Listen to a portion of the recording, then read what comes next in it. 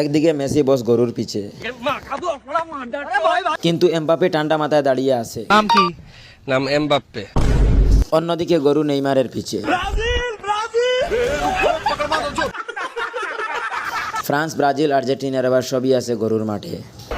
বাস তাদের মেশিন ধরতে যাইয়েন না, না হলে পিছু থাকবে না আপনার সাথে।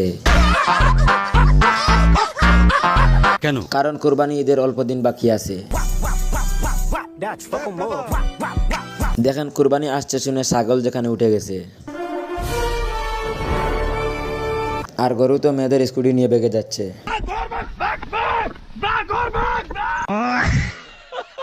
এরা বেগে যাচ্ছে কুরবানি হবে এর জন্য নয়।